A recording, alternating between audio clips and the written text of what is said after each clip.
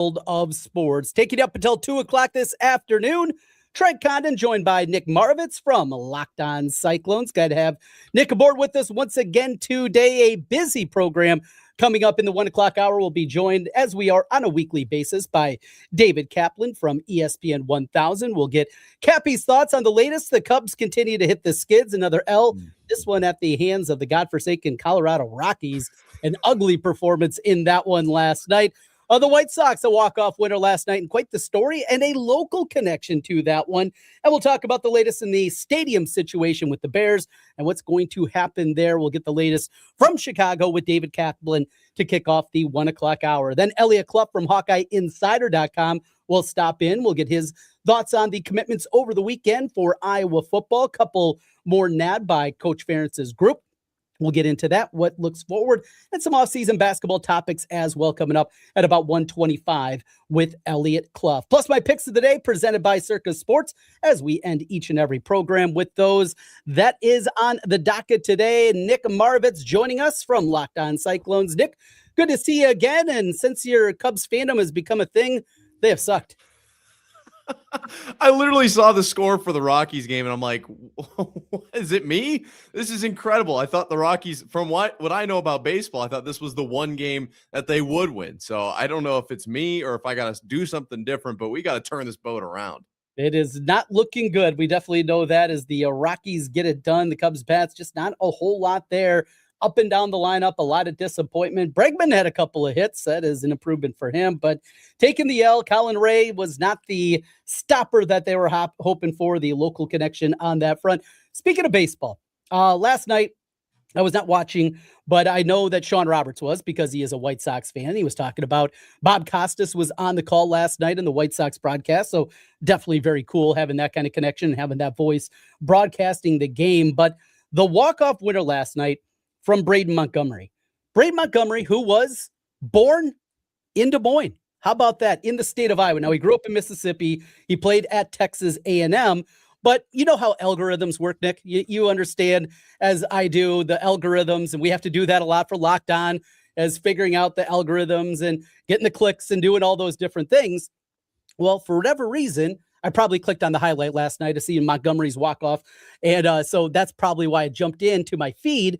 But I see a video from what turned out to be his mom from behind home plate, taking video of him hitting the walk-off home run. And then I click on her profile and see she's a Hawkeye fan from the state of Iowa, a Hawkeye fan. Know those Montgomerys. They're great people. They got Hawkeyes in their blood. So that is a good thing. But a cool moment last night, making your debut. You get your first hit of the ball game, your first hit of your career, your first start. You're doing all these different things. And then it culminates in extra innings, and not just against anybody, against the best team currently in baseball by record in the Braves, as the White Sox get it done 6-5. And I mentioned a couple of different times, I don't think this White Sox team is particularly good, but they're fun. They're entertaining. And the great news is the American League is not good this year. We very well could be talking about a team that came into the season with a win total of 67.5. That could be a playoff team. They're currently in the playoffs if the season ended today. They would be the number 5 seed, and they would be hosting a first-round series, which would just be – now they'd be on the road right now against the Yankees. But regardless, I mean, just getting in, it is astonishing what this White Sox team has been able to do this year. And they're fun. They are a fun team, as much as I despise the White Sox. Yeah, and the hit last night coming 2 years and 1 day after he broke his ankle at the Super Regional game. That's just incredible for Montgomery. Are you telling me I picked the wrong Chicago team? Oh, I didn't even pick it. I think you picked my team for it. Did you do this on purpose? Well, no, not necessarily. We have too much White Sox here already. Look, it is a sliver of the market here. We need another Cubs fan. Cubs better than going the White Sox route, regardless of what Sean would try to tell you, or Emery Songer down the hall on WHO. No, we got plenty of White Sox. Chuck Reed down in the sales. No. Enough White Sox. We got plenty. Let's get another Cubs in here. That was at least my hope, Nick, is for you, and it has not gone very well. My apologies on that front. Baseball, good last night. Some entertaining things, but for me, it was all about the hockey again. If you would have told me, well, before the series began, I thought this was going to be dreadful. TV-wise, that has not been the case. People are watching this series year over year. The TV ratings are up this season with the team from Raleigh, North Carolina, and Las Vegas, Nevada for hockey. Not exactly hotbeds for it, but the games have been incredibly compelling. We've had ridiculous comebacks, just great, entertaining, high-scoring affairs. I'm not a hockey purist. I don't know. Well, the guy that normally sits across from me, he would be more of a hockey purist. Give me goals, give me excitement, and we have got that 4 games into the series. Yeah, 2-2. You thought it was going to be a sweep. You thought Carolina was going to run away with this one. Carolina in 5 is what I had. You thought it was going to be one-sided. We'll go that far. Mm-hmm. And Vegas, I said, hey, don't look out. Watch the hot hand. They've looked pretty good and obviously didn't get this last win. But at 2-2, we've got ourselves a series. I mean, this is arguably then better than we're getting in the NBA Finals, because that one we still have to see if that series ties up. So I did watch a pretty in-depth video about the playoff hockey format, where you get 2 points for a win, none for a loss, and 1 for an overtime loss, and how that was kind of like not great and where Vegas sat in that whole thing. So that wrinkled into this entire series. Vegas, what they did in the regular season and making this run in the postseason, it's been incredible. I still think I'm going to lean Vegas when I look at the entire series. I don't know, it defies all odds in my opinion, and I like an underdog, but Carolina certainly storming back. Absolutely. Vegas gets it tied up. Stahl gets the goal early-ish, I guess, in about third way through the third period to set the seed there. And then the empty netter in the end gets the victory. 5-3, series tied up. And there's already murmurs talking about this one being maybe one of the best series that we've seen. We'll have to get the hockey historian in here. Ken will be back with us tomorrow, and we'll get his perspective on that front. Game 4, speaking of game 4s, we'll get that tonight with the Spurs and the Knicks. Yes. Unfortunate, there was some extracurriculars that were happening, fights afterwards, Spurs fans getting accosted by Knicks fans at the different watch parties and things like that, and trying to slow that part of it down. About the game, though, and that's really what I care about here tonight. I told you before the Spurs-Knicks game 3, I really did like the Spurs in that spot, bouncing back. The first 2 games were close. There was an opportunity. Obviously, the final seconds of game 2 are going to live in people's memories, I think, for a long time. And Wemby's pass went awry there at the end. But the way that they played, I think it's going to come down to very simply for the Spurs tonight. And it's kind of basketball in today's day and age. Got to make your threes. Talked about the struggles that we saw from Fox and what we saw from Harper, also from behind the arc here. They're going to get opportunities. If they knock down some shots, yes, I think the Spurs absolutely will tie this thing up. If they don't, very simply, I think the Knicks bounce back and take a pretty commanding 3-1 lead in this one. What do you expect we're going to see tonight? Yeah, I agree with the comment about the last seconds of game 2. I think it'll be kind of washed out if the Spurs can finish out the series. They'll be like, oh, it's just a bump in the road. That being said, I do refer back to that game because I think the Spurs could have won that game. So I think the Spurs are in this series, and I have them in tonight's game. But the thing that I think is going to determine this game, obviously I agree with you, obviously shooting huge, but how much is Cat used? That's what I'm wondering from the Knicks side. Because if Victor Wembanyama has a night like he did just the other night, I think this is the Spurs all the way, whether they shoot well or not. For some reason or another, the away team has played especially well in this series, and I think it continues tonight, unless Karl Anthony Towns is used in a way that he was in the first 2 games. He was relatively solid. I think he mitigated a lot of what Wembanyama is good at in those first 2 games. So if he's used in the same way, I think it's going to be Knicks 3-1 at the end of the night. But if they can't get him going, they don't go to him early. His defense isn't quite what it was early on in the series. I actually like the Spurs in this one to tie it up coming back home. Yeah, the way that Wemby played early in game 3, we saw him going to the rim right away, attacking and being in attack mode really throughout the course of the evening. Though there's still those times I'm left wanting more. He is so talented. He is so good. He is just such, unlike anything that we've really seen on a basketball floor. And when the Spurs go through those stretches, and they do, where the offense gets stagnant and it's a little bit too much me instead of you, and the ball movement's not snapping and those kind of things, those are the times where, very simply, the Spurs, I don't think enough, just give it to Wemby.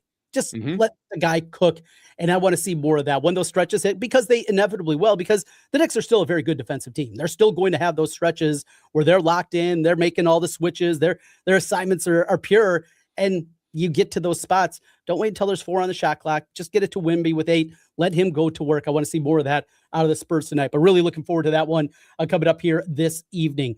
A couple other things, the latest on Brendan Sorsby. And Nick, I really want to get your perspective on this as a Big 12 guy. is we hear about the meeting yesterday that took place between the athletic directors and also Holcutt, the AD from Texas Tech, was also involved in them. And from the sounds of things, the reporting that has been done about this, it's not a surprise. All the Big 12 athletic directors don't want Brendan Sorsby to play. You broke the cardinal sin. You made the cardinal sin. You bet on your team. You also bet against a fellow quarterback in your room. Oh, he says he doesn't remember that. Don't remember that. Yeah, exactly. Don't remember that one. Look, I made thousands of bets too. I bet at probably the same kind of volume as Brendan Sorsby. This is not me throwing stones at a glass house over here. I know I got my own problems. However, if you come up with something like that, like if I had something where, you know what, there is a futures market out there. How good is the show going to be today with Trent and Nick? And if I bet against you, like, yeah, I'm going to bet that Nick has a terrible show. And then 4 or 5 years later, somebody asked me about it. I'm probably going to remember that. That's just me. Maybe I'm different than Brendan Sorsby. I have a feeling, though, if I bet against a teammate like that, I would probably remember. But that aside, back to the actual meeting that is taking place. And I'm going to guess Jamie Pollard, who we know is always opinionated. I don't think that he was a wilting flower sitting in the corner that didn't have anything to say after what Iowa State went through 3 years ago. He definitely, I have a feeling, was a big part of that conversation. Texas Tech spot. You see what is happening. You see the waves that are coming against you at this point. Now, because of the injunction, Texas Tech can't kick him off the team. Cody Campbell has said he will pay the money. But for the betterment of not just Texas Tech, college football as a whole, if the Big 12 does not find a way that they personally can suspend him, take him out, whatever it kind of plays out in that fashion, for Texas Tech, has it gone too far? Or are they just happy they're going to be the bad guy? They don't care. It's all about the bottom line. The bottom line business, it's about winning games. That's all they care about. Can you envision a scenario where we finally see a little bit of common sense here for Texas Tech and saying, yes, we made a mistake here. It's time to roll it back, or are they happy to be the bad guy? I think they're happy to be the bad guy, to be completely honest. And we called this into question, I believe it was yesterday when we were talking about it. Like, is Brendan Sorsby even that good? I went back and rewatched the Nebraska game, and it was like, I mean, unless there was something involved behind the scenes there, that was not an incredible game. And so I don't know if you're Texas Tech here. I feel like, from my perspective, you let him take the year off, which then he effectively is done with college football, right? It's not like he's coming back next year. I don't think Texas Tech takes a huge hit. Like, obviously Brendan Sorsby's good, but he's not going to win you a Super Bowl or anything crazy this year. I mean, who knows? Maybe one season in the NFL, he turns it up a notch. But for now, I think they can take this hit and still be a pretty good, if not one of the best teams in the Big 12. However, I do not foresee that happening. I really think this is Texas Tech almost, I don't know if this is the best way to say it, but like standing on principle. Like, hey, the court literally told us we could do it, so we're not going to not do it. Like, it's just going to happen. He's going to throw out 6 picks in week 1, or I guess it'd be week 3 against Houston. He's going to throw 6 picks, and we're going to keep him in. Because why? Because we can. I feel like that's the vibe I'm getting from Texas Tech here. And being in the Big 12, everybody's so upset about it. I just feel like they are eating it up. All of Texas Tech Twitter is so loud right now that I feel like they're playing into this hard. I don't see him getting sapped by Texas Tech at all.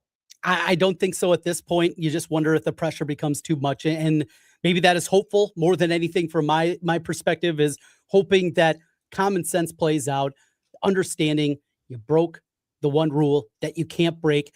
And with Brendan Sorsby, is the juice worth the squeeze? Is it worth it to go to that level? It's one thing to try to buy your way into relevancy, as Cody Campbell has done with this program and the athletic department as a whole. That's one thing. And there's going to be plenty of detractors when you're doing it in that route. But you take it to this level, take somebody that did this, I think that's where it becomes incredibly difficult, because continuing through, as we talked about yesterday, Nick, this is very simply, he is going to play as things currently sit with this injunction.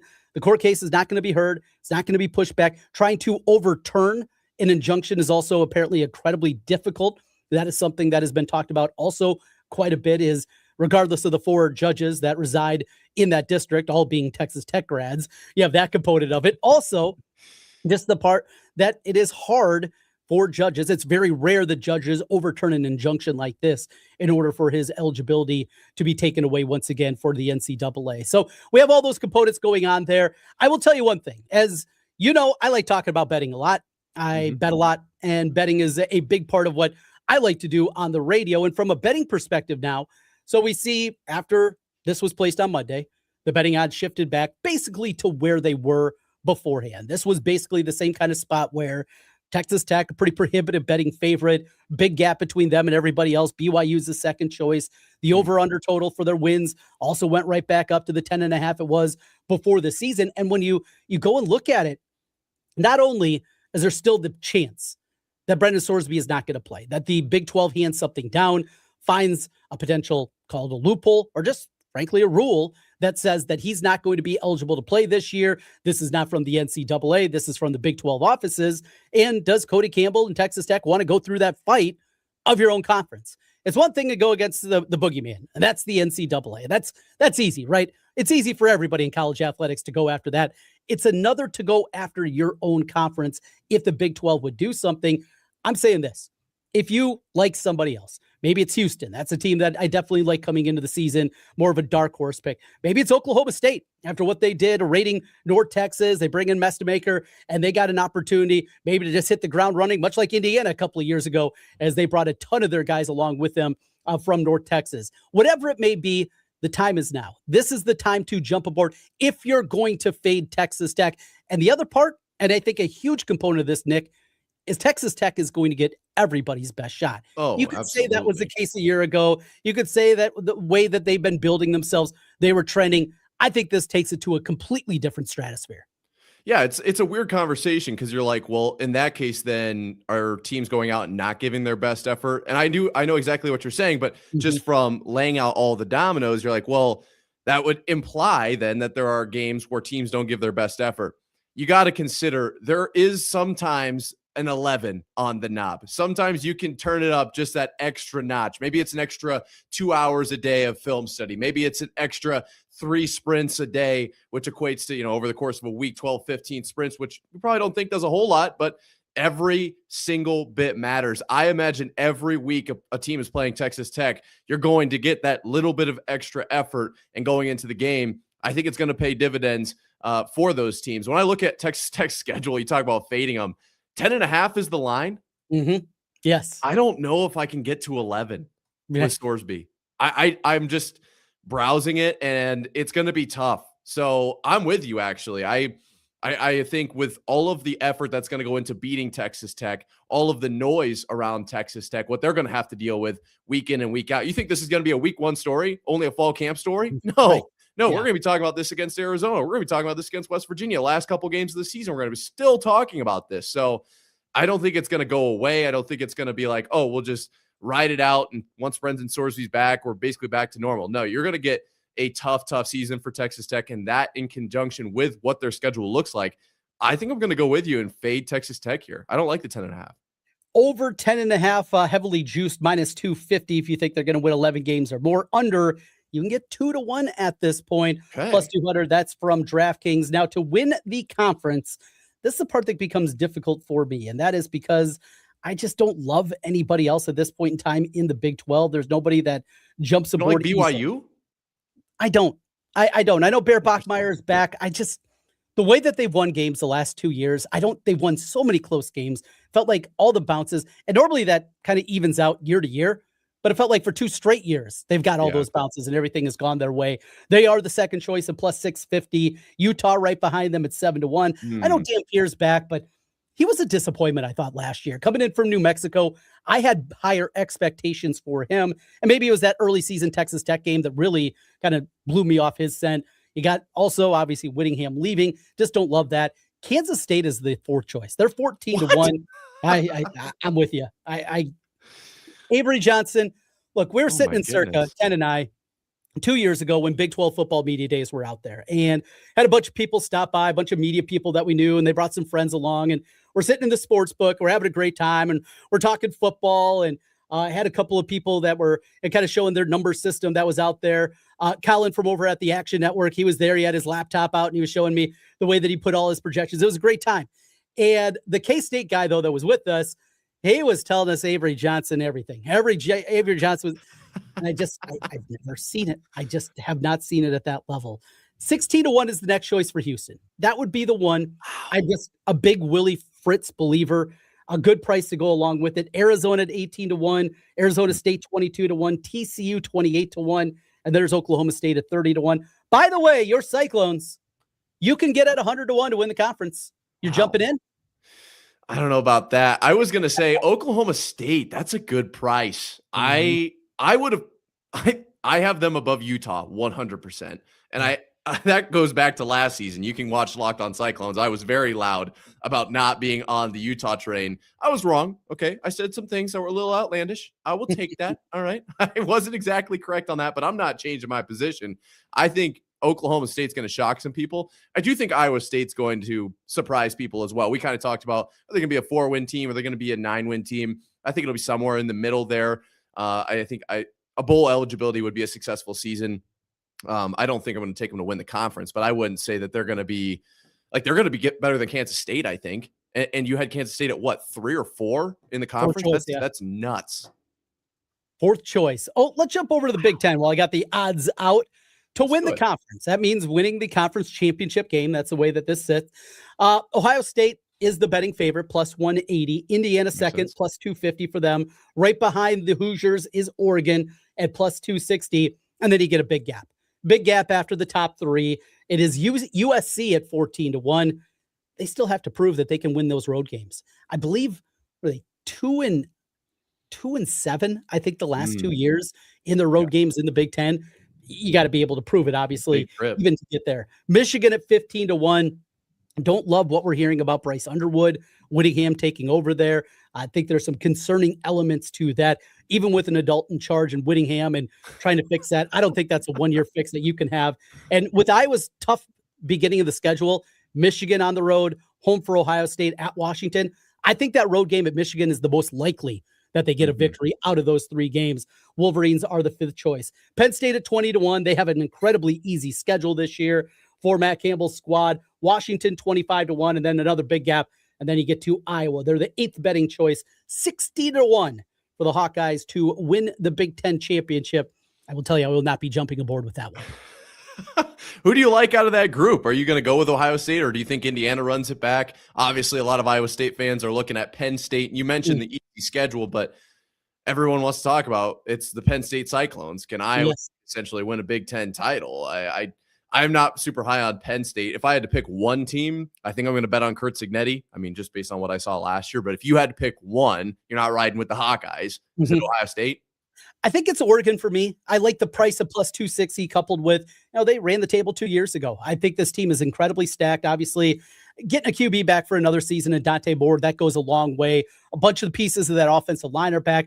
I was so impressed the way they ran the football last year against Iowa in that game, in the slop. Knowing you weren't going to throw the ball much. That was a good Iowa defensive line and a good front seven.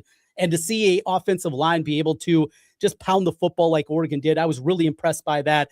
I think it'd be the Ducks for me at plus 260. Okay. I like the price. I like the path that they have also coming up this season. In fact, speaking of that, I have not looked at the Oregon schedule for a while. I think it sets up decently well for them. Let's get the Ducks up here and take a look at what they have this year in conference play. So the non-conference, Boise at Oklahoma State and then Portland State.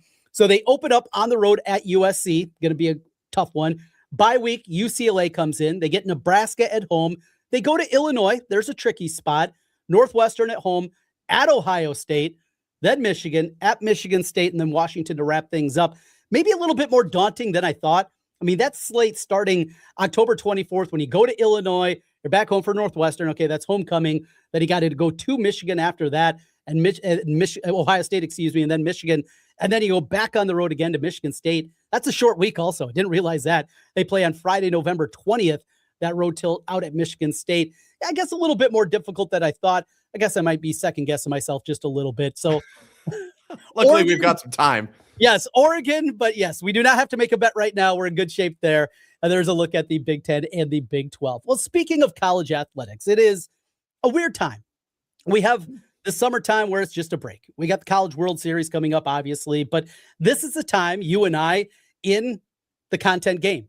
We're talking about it on the radio. We're talking about it on our podcast. We're talking about anything we can glob onto for both Iowa and Iowa State.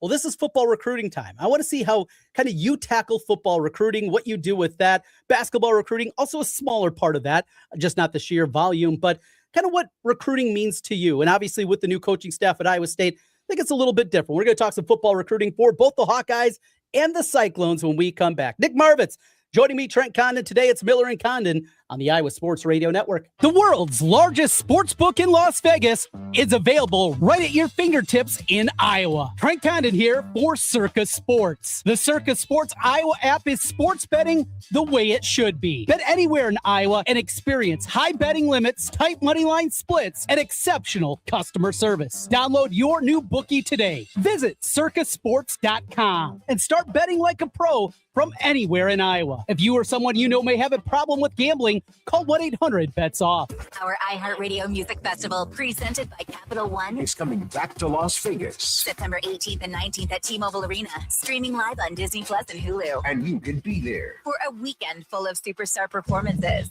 Capital One cardholders, pre-sale is live right now. your first access to iHeartRadio Music Festival tickets Plus the chance to add an access pass for an exclusive free concert event. with Weezer. 48 hours while they last. Get yours at iHeartRadio.com/Capital One. Well, the world's biggest soccer tournament is here, and I am pumped up. DraftKings Sports is live in all 50 states. Yes, that means you, Iowa. The whole world is watching one tournament right now. Group stage chaos, knockout drama, stoppage time heartbreak. The DraftKings Sports app is now live in Iowa. So whether you're catching the early kickoff before work or the late night match at the bar, you're in on every minute, every match, every moment, all in one app. Right here in Iowa, the world's biggest stage is in the palm of your hand. New DraftKings customers, sign up with code KXNO, spend $5 to get $200 in rewards within 21 days. That's code KXNO. In partnership with DraftKings, the crown is yours. Gambling problem? Call 1-800-BETS-OFF. 21 plus, Iowa only. Eligibility restrictions apply. Bonus bets expire 7 days after issuance. For additional terms and responsible gaming resources, see dkng.co/audio. Limited time offer. Power up your summer at Clyde Power Days, June 18th, 19th, and 20th. Get season best deals on Toro mowers. 15% off every Echo handheld in the showroom Friday. And grab free Clyde Power swag while it lasts. Enter daily door raffles to win power equipment. No purchase necessary. Clyde Power Days at Clyde Power Equipment, June 18th, 19th, and 20th. Power up your summer with season best deals. Clyde Power Equipment, right off the corner of 73rd and University in Clyde. Father's Day weekend. Be there. Hey, it's Heather. Kick off the FIFA World Cup 26 with me and Michelob Ultra on Court Avenue this Friday at the World Cup Fan Zone with lots of Michelob Ultra giveaways. Michelob Ultra is the official beer of the FIFA World Cup. Join me on Court Avenue in the Fan Zone this Friday from 2 to 5. We all have someone we love, like the favorite lyric in our favorite song. You can't imagine life without them. So tell them today, I love you. Get screened. It could help save their life. Visit cancer.org/getscreened to learn more. The Colonel's cooked up a new $10 bucket of the day just for you. Monday, 24 nuggets for $10. Tuesday, 8-piece fried chicken for $10. Wednesday, 10 wings for $10. Thursday, 8 tenders for $10. Friday, 24 nuggets for, oh, you guessed it, didn't you? $10. The $10 bucket of the day deal. Every weekday, only at KFC. It's finger licking good. Prices and participation vary while supplies last. Not available on third-party ordering platforms. Tax extra. More with Miller and Condon in 60 seconds. Right here on 106.3 KXNO. You've got to try the new TikTok diet. Just ask Chat. I just take blue-green algae. Or you could trust your gut. When it comes to your health, how do you know what's right for you? That's where Viome comes in. Viome is a simple, at-home gut health test that analyzes your real-time biology to give you personalized nutrition guidance and custom supplements. Not trends, your biology. Learn more at Viome.com/know. V as in Victor, IOME.com/KNOW. And use coupon code VIOME50 to save $50 off your purchase. Joy is essential and it's also elusive. But now there's a new and exciting way to start your journey toward a more joyful existence. Joy 101. It's a new podcast hosted by me, Hoda Kotb. If you're craving inspiration to maximize your joy, tune into these candid, uplifting, and moving on-air chats. Open your free iHeartRadio app, search Joy 101, and listen now. Joy 101 with Hoda Kotb is presented by CVS. You're listening to Miller and Condon on 106.3 KXNO and the Iowa Sports Radio Network.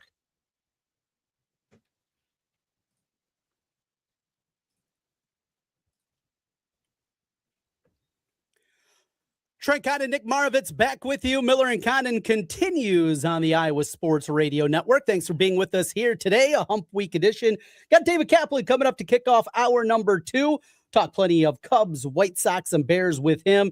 And then Eliot Clough will join us. We'll talk some Hawkeyes with Eliot and the recruiting side of things after Iowa nabs a couple of commitments. Nick Marovets, let's get into the recruiting world in the way that you do things over at Locked On Cyclones. I'm sure it's a little bit different for you because it's a new coaching staff. So you're kind of seeing some of the commitments that they get, connections, where they're recruiting from, different recruiting bases. So it is different as you're going through a coach for the first time.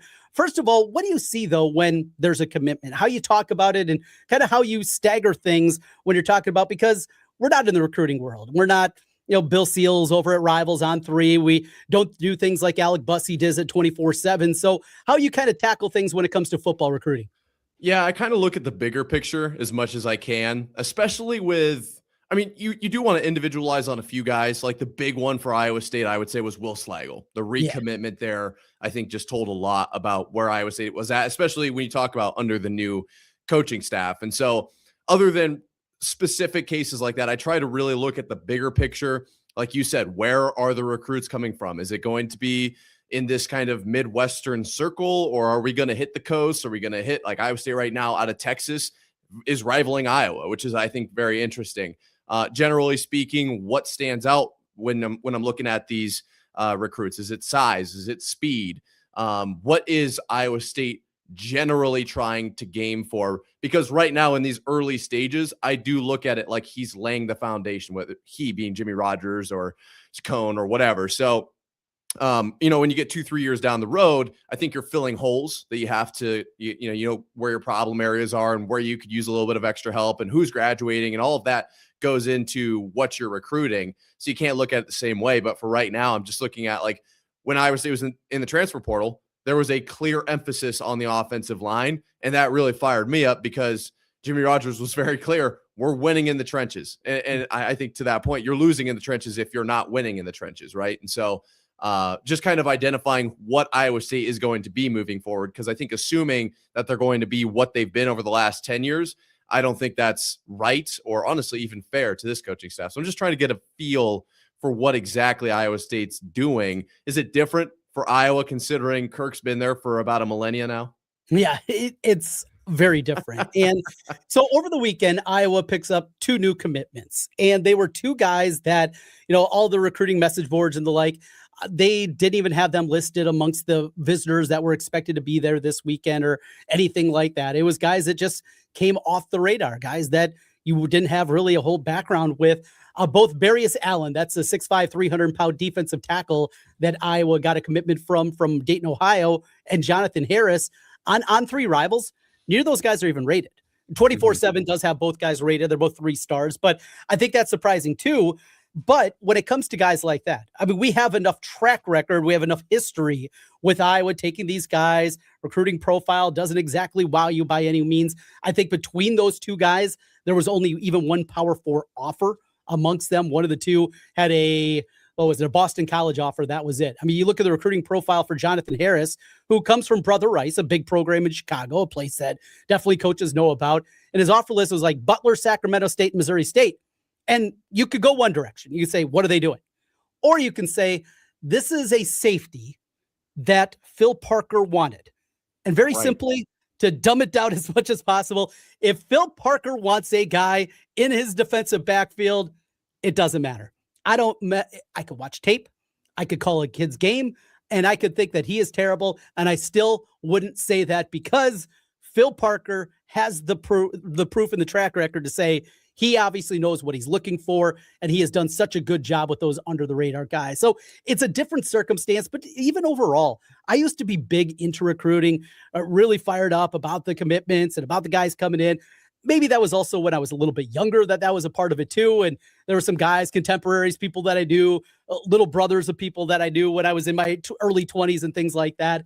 Just not the case anymore. It's at the point where I just believe them. I think I've actually morphed the other way. And now basketball recruiting has become, again, more interesting. And that was something that I had checked out after the Licklider days. Like I was just out on basketball recruiting. They'll get what they get, whatever. And now I've gone the other direction. It's also probably helps that I was involved with a couple of top level guys for the class in 2027, and that goes hand in hand together. But how about basketball wise for you? And TJ Otzelberger, kind of like what we're talking about with Iowa, you're just going to kind of believe what he does. Yeah, Otzelberger's on fire. I actually have a question for you when it comes to the football recruiting, so I'm going to wheel it back there really quick. Right now, Iowa State has 5 guys that are unranked on 3. And so you talk about, like, that's a guy that, whoever it is, Phil Parker wants. And that's why I'm relatively excited, or at least trust the process with a guy like that. For Iowa State, it's a little bit different. But do you remember when Caden Weejan came to Iowa? Do you remember what you thought of him? The first, like, when you got the news, was it like, it's whatever? Or were you excited about it? I was whatever, because he was also a walk-on. So it wasn't even a guy that was coming in as a scholarship guy. It was a walk-on guy. I was like, okay. And they've had some success with those guys. And he heard about the way that he was as a returner. And it's just kind of more, we'll wait and see. And if they like him, and he put up good numbers, and he also did it at Iowa Western, which is obviously a power program in the JUCO, that helps and kind of goes hand in hand. But yeah, when it comes to guys like that and the walk-ons that you get, it is a blip. I don't even know if it was something that I brought up on the podcast. I probably likely think not, but you have a different connection to the Weegians over there. I was going to say, I know Weegan personally. So when he committed, I was like, oh, he's going to do great things. He's a dog. Like, he's the reason I knew I wasn't going to go play D1. When he froze my feet in non-frozen turf, I was like, okay, there are levels to this game. And so that's why, from that perspective, with that actual real life experience, I don't really sleep on any of these recruits. And to be completely honest, the star system is great if you don't know anything about a player, but I don't really rely on it too much, because it's kind of just about opinions, really, of what people think. And when you get into opinions, now you're getting into the same conversation we're having about the college football playoff and how much do people like that. So that's my perspective on it. Like, for example, Joey Massey, I'm just picking a name, unranked. He could be literally the best tight end Iowa State has ever had, because somebody saw something in his game. And then I think a big part of it too is development. How much is Iowa State willing to, put time into those guys, and what can they teach them that they don't know? And what are they just missing one piece to go to that next level? That's where, like, my, experience with Weegan was, he might not be highly talked about. He might not be, oh my gosh, we got Weegan, but I do think he's going to do great things. And of course I happen to be right the one time I thought that, but it's definitely impacted how I look at these guys that, really aren't moving the needle as far as, well, now Iowa State's 58th, or they move up to 60th. Oh, not be 60th. They move to 50th or whatever, I don't see it the same way. Am I wrong in that? Or should I maybe just like only rely on the stars and say, Iowa State, 30th in the country, really solid as far as recruiting rankings goes? I really dumb it down. One thing that I like to do is just also look at the offer list and mention a couple of those guys for Iowa. But I think of a guy that, I don't know, I haven't heard a bunch of buzz for Bryson Thompson out of this Iowa State class. And he made his commitment back in April. This is a kid, I'm excited about him. Yeah, he's 5'9", 175. But for me, Texas kid that had offers from Texas Tech and TCU and Baylor. I mean, you say no to 3 in-state programs, all with varying degrees of success, varying degrees of NIL money that they can throw at you. You say no to that to be part of this new regime at Iowa State. That's what gets me excited. Look, if he had offers from Rice and UTSA and that was it, be like, all right, we'll see. They see something that they like. But when you're also bidding out your Big 12 brethren for an in-state kid, that's something that I think you get excited about. That's something that takes it. So I also use probably maybe too much at times, but what other offers are out there? What other programs have offered? I think that's a way. And a lot of times I think that is better than just the ranking system. Is what do other college coaches see? What do other people out there think of this prospect? I think that goes a long way of at least giving yourself some kind of baseline with these guys before they get into campus. No, I think you're exactly right. It's not so much about what does the guy who's watched 25 minutes of the guy's film and, all right, yeah, he's going to get a 3-star. Like, it's not really about what he thinks. I trust the coaches because they have that job for a reason. And so you make a great point, actually. The counter offers, who did Iowa State in this case beat out, I think that actually says a lot. I'm going to have to take a deep dive into Iowa State's big 2027 class here and really sift through all of that, I think. Yeah. You got the in-state prospect with Isaiah Hansen out of Newton. I've seen a little bit of film on him. I haven't watched him, but it's Did crazy. you see him jumping over Rodgers? Yes. The picture? Yes. Oh. Yes. Absolutely. But it's just so interesting looking at his recruiting profile, because how many times do we see a kid from Newton, Iowa that has offers from Wake Forest and San Diego State? Like, talk about just a baffling offer list for a guy. And it's just weird because you don't see those programs in our state very often. It doesn't. But if programs like that at kind of the mid-major, the group of 6 now level, when they're offering, and sorry, Wake Forest, I consider you part of that at this point. Yes. If that's the case, though, I get a little bit more intrigued by it, because if they're willing to put in the resources to come to the state of Iowa, to go to Newton, to recruit a kid, then there might be something there, even if they are, you would consider a tier below Iowa State. I think that says something too. It's the way I look at it, right or wrong. It's the way that I've kind of, I guess, morphed throughout the years of going at it. You mentioned the basketball side of things. The basketball side, Donovan Davis had his commitment. It just, in TJ you trust, right? The way that he has done it, going through, you look back at Torre and his recruiting profile coming over from France, nobody knew. And then you see right away last season, just what a stud he is. Momcilovic, another great example of a guy. He was a 4-star, but he wasn't a top 50 type of guy. He was on the fringes of the top 100, depending on what recruiting base he looked at. And he saw right away, this kid was special shooting the basketball. Yeah, and I mean, sometimes you do have those standout players that play up to the number that they're given, whatever it is, like ranking-wise or star-wise. Like, obviously, Debanza last year was just simply incredible, and I'm not going to say that it never happens, but I know a fair amount of players that were supposed to be just studs, and it never really panned out, whether it was the system or maybe the speed of the game was just different than what they were thinking. Football, basketball, whatever you want to talk about, golf, sometimes it doesn't always pan out, and so I'm with you on the whole ranking isn't necessarily all I'm looking at. There's definitely a lot of components. And I think one of the biggest ones for Iowa State right now is fit, because you're in a new regime and you're new to the Big 12, or at least Jimmy Rogers is. And so that's really what I'm looking at here. I am excited about this class, though. Are you terrified? I feel like that's a fair response. No, I'm not terrified. No, never. It's pretty rare. I am terrified about a recruiting class for Iowa State, certainly from the Iowa perspective. And it's not to be arrogant Hawkeye fan. It's just reality. They don't swim in the same waters outside of in the state of Iowa. And even those don't happen a ton. You mentioned Slagle earlier. That was somebody that Iowa obviously wanted, and most everybody across the upper Midwest wanted as well for his services. But that was one thing you kind of hear early on. Well, his dad played at Iowa State. His uncle also played at Iowa State. They go to Iowa State games all the time. Like, doesn't matter how much he likes Coach Ferentz and Coach Barnett. Yeah, he's probably going to be a Cyclone.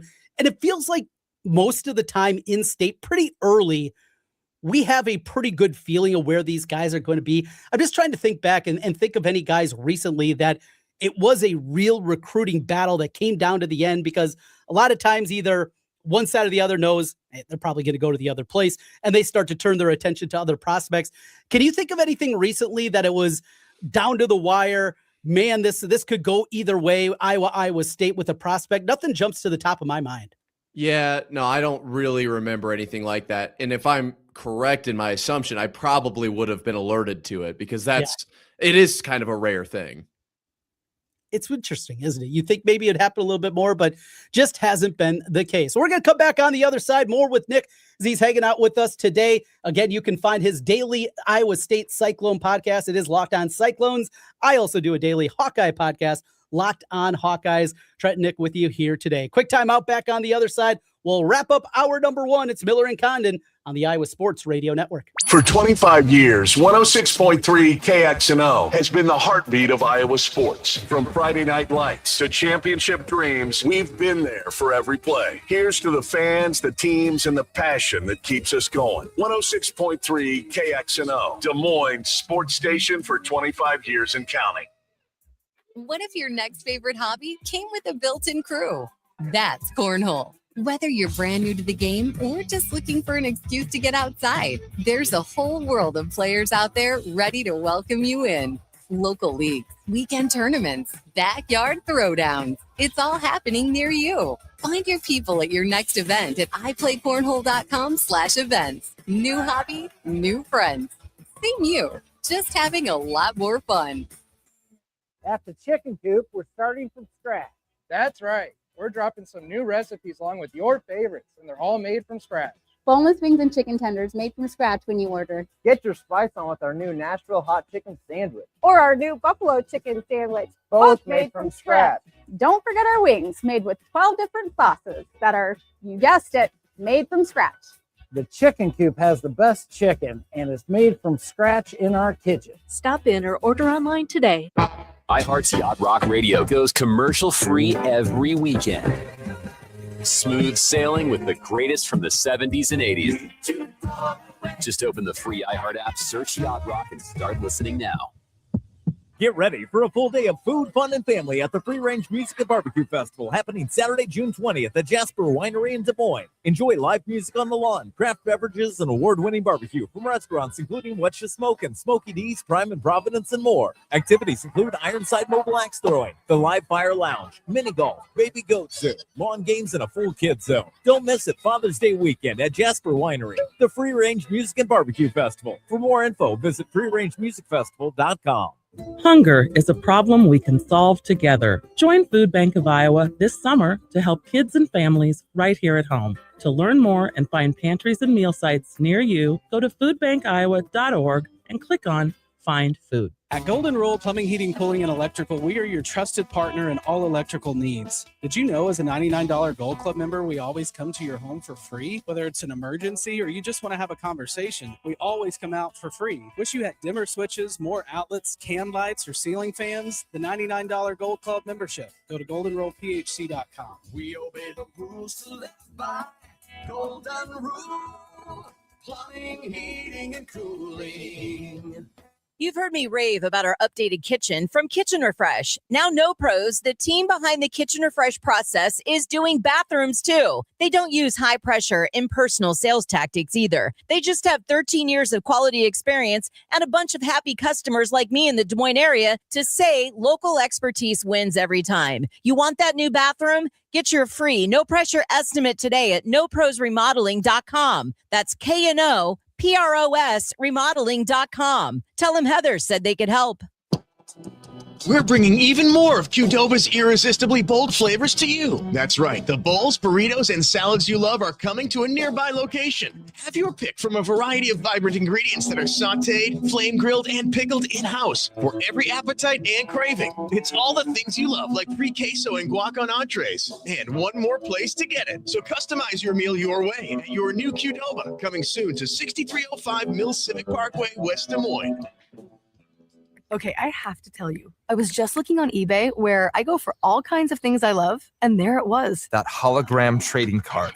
One of the rarest. The last one I needed for my set. Shiny like the designer handbag of my dreams. One of a kind. eBay had it, and now everyone's asking, ooh, where'd you get your windshield wipers? eBay has all the parts that fit my car. No more annoying. Just beautiful. Millions of finds, each with a story. eBay. Things people love.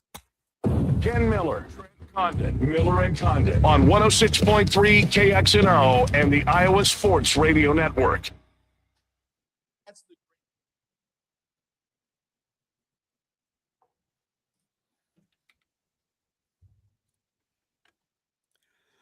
Wrapping up hour number one, Miller and Condon on the Iowa Sports Radio Network, flagship 106.3 KXNO. Nick Marovets with me today for hour number one. Ken will be back with us tomorrow. So during the break, we get to hear from the Texas Tech AD, Kirby Holcutt, has put out his statement. You sent it to me during the break, and I didn't even get through all of it. Nick, did you have a chance to read through all of it? Feels like some gobbledygook in there. Your takeaway from the Texas Tech AD reacting. It's a lot of gobbledygook. It's 2, 4, 6, 7 paragraphs. Yeah, I don't know if I can read quite that fast, but at the end here, he's talking about the system we're operating within is binary. The situation is not. We're open to ongoing conversations about how to best handle these. It seems like a bunch of nothing, but I guess it's better than nothing. Did you at least make anything of that ending statement? To my colleagues, I understand the frustration. This situation is hard, it is new, and there is no perfect answer. The system we're operating within is binary, but the situation is not. We're open to ongoing conversations about how the best handle these issues as an industry going forward. We will continue to be transparent in our decision-making. Most importantly, we will keep doing what we have always done, put our students first. He's hearing the noise. I think we definitely get that part of it. This needed to be crafted. This needed to be put out there. So I think we get that component of it most definitely. I'm kind of surprised there was some truthfulness in there. There's also some things that leave you rolling your eyes. I don't think this thing's over. I don't think that you can dig in your heels one way or the other and say he is not going to play. He is going to play. I think this adds a little bit more, maybe concern from the Texas Tech community that Texas Tech might just look at this overall and say, it is just not worth it. I think it'll do a lot of damage long-term if they decide to dig their heels in. And I'm wondering if they're starting to see just how much pushback there was. And they're starting to maybe consider, I would say this document does make me lean a little bit towards he's not going to play. Now, I don't know. That doesn't really mean a whole lot. I could be entirely wrong on that one. But this, I don't know. This just has me feeling like it's a possibility, which is better than nothing. Yes, a possibility that Texas Tech is going to understand the issues that are hitting them. Let's hope that is the case. Nick, one final thing before we run out of hour, and it is something that begins tomorrow, the World Cup. I am not a soccer guy. I do not watch soccer during the Premier League. I don't watch MLS, but every 4 years it grabs me. I get into it. I'm interested in it. I fire bets at it. I get excited for it. And I'm excited for Friday night and seeing Team USA. I don't have big expectations. Maybe get to the round of 16. If they get to the quarterfinals, that would be absolutely amazing. But I get into this every 4 years. I don't know the sport at a deep, deep level by any means, but I like this. How about you, World Cup? And where are you just overall in soccer? I like soccer. Obviously played soccer growing up, and like I have FIFA on the Xbox and stuff. I think it's a calming game in some ways. It's kind of like baseball where it's not like instant crazy action the entire game. I would say football's closer to that. Hockey, obviously, I classify as that kind of a game. Even softball is close to that. It's a slower pace. There is some strategy. I don't love the extra time thing. I could do without that. But overall, once every 4 years, I'm absolutely getting into it. What's to lose? Right. Absolutely. I'll get into it. I'll make a bet like I always do on the Netherlands, though they've never won the World Cup. They get there often. I think they made 3 finals overall. Seems like they have a deep run. They don't have a bunch of attackers this year. Very good defensively, seemingly every single year. I got a Belgium bit that I put in. Seems like you know a pretty good amount about it. Yeah, I put Paraguay in to win Group D, took a shot at them. They're 5-1 to take home the top spot coming out of USA's pool that they'll be playing in. But yeah, it's different. It's exciting. I enjoy it. And it's also going to be fun just seeing it in these stadiums, right? And seeing it at places that we know and seeing, you don't remember 94 because you weren't around in 94, but I do remember 94. And that for so many people, myself included, that was our just indoctrination into the world of soccer. And I think we're going to see that back in a big way, though. There just hasn't been a bunch of lead up to it. Surprised by that one. Nick, we are out of time. Thanks for joining us again. We'll talk to you again next week. Can't wait. Nick Marovets joining us from Locked On Cyclones. Again, you can catch Nick each and every day talking all things Cyclones. You can find it on YouTube or your favorite podcast app. Coming back with hour number 2, it begins with David Kaplan. Cappy will join us from Chicago. White Sox, Cubs, Bears, all coming up next on the Iowa Sports Radio Network. Well, the world's biggest soccer tournament is here, and DraftKings Sportsbook is live in all 50 states. Yes, that means you, Iowa. The whole world is watching one tournament right now. Group stage chaos, knockout drama, stoppage time heartbreak. The DraftKings Sports app is now live in Iowa. So whether you're catching the early kickoff before work or the late night match at the bar, you're in on every minute, every match, every moment, all in one app. Right here in Iowa, the world's biggest stage is in the palm of your hand. New DraftKings customers, sign up with code KXNO, spend $5 to get $200 in rewards within 21 days. That's code KXNO. In partnership with DraftKings, the crown is yours. Gambling problem? Call 1-800-BETS-OFF. 21 plus, Iowa only. only. Eligibility restrictions apply. Bonus bets expire 7 days after issuance. For additional terms and responsible gaming resources, see dkng.co/audio. Limited time offer. Good things come in fours. Like ukulele strings. Boy band members. And PayPal Pay in 4. No fees, no interest, no impact on your credit score. Just the flexibility to pay the way that works for you. Strum it, hum it, pay it in 4. Download the PayPal app to get started.